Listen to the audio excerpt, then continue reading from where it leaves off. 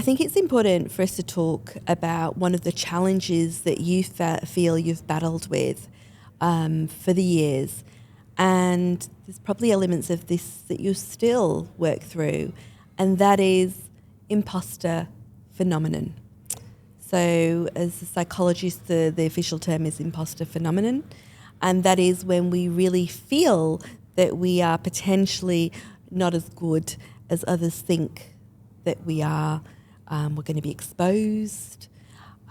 We have self-doubt, and that self-doubt at times can be quite debilitating in terms of our performance and our impact.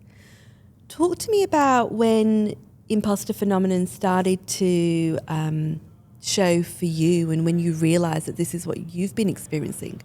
I can't sometimes let go of the people I let down. Yeah. Right? And that's my nature. And I can't, and this is why with my tribe, with the people in my circle, I don't let them down. Yeah. You know, it doesn't matter, even like when it was yesterday morning when I was flying out, Yeah. it only realised, because my diary is so curated, I didn't realise that my mastermind call was at the same time I was boarding. And lucky that Tay-Tay was flying in, so they pushed my flight out.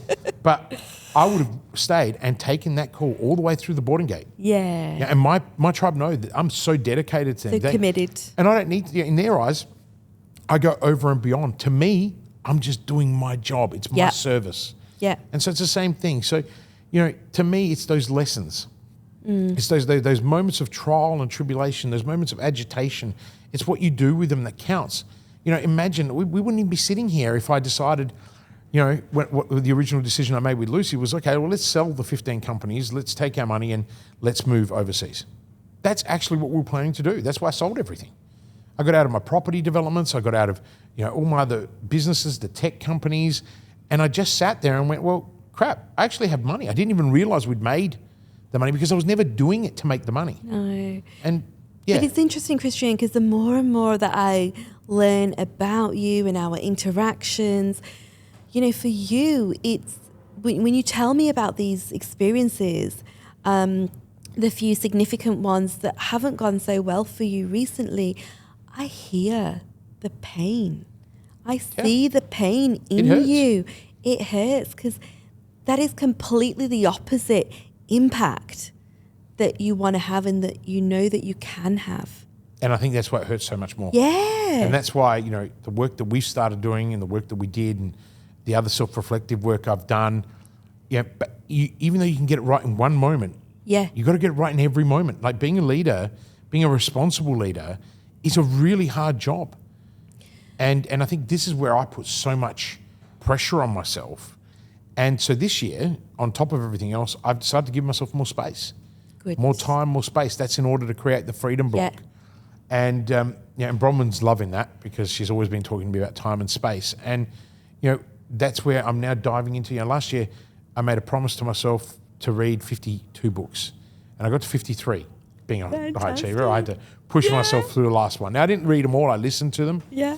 And this year I'm actually got a new reading list of 6 or 7, but I'm reading back the ones that I know can impact me and help me grow. Yeah. So there's this huge element of personal growth that I think every leader needs to have.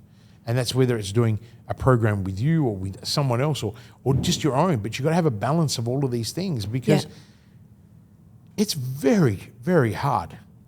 I want to just thank you wholeheartedly for being vulnerable, for opening up. I know it's not been easy, but you know what? You've done it. You've leaned into it with such grace, with such humility.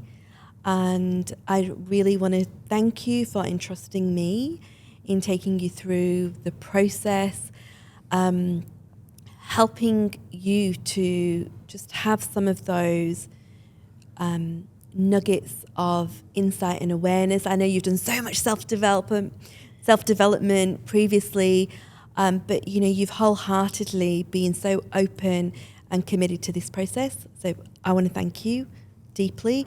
And I'm really honoured to have your trust. It's something I don't take lightly. And I just want you to know that I'm a big fan and very supportive of what you do. And I'm really, really looking forward to seeing your transformation continue? Simi, I think I accept all of that, but I'm actually the one that's really grateful. What I've learnt on this journey with you, particularly doing the Leader Mirror immersion, is I came in looking for the 1% and I got more than that. And I think that's why I agreed to come here and do this documentary with you. It's a very surreal experience to be sitting here and having to share some of these things, and I've only been able to share them with you because you have guided me and helped me and convinced me that this is something we need to do. But during this whole process, I didn't think that I could keep learning at the rate that I'm learning, and I've learned more from, I've learned just as much from doing the program as I have sitting on the couch with you today. And that's a real testament, because I learned a lot, but through hanging out with you and being forced to reflect even deeper, and I think that's your magic, that's your skill, and I think I'm the one that's incredibly grateful for the opportunity, and I can't wait to go home and tell my children about the experience that I had, and I can't wait for them to watch,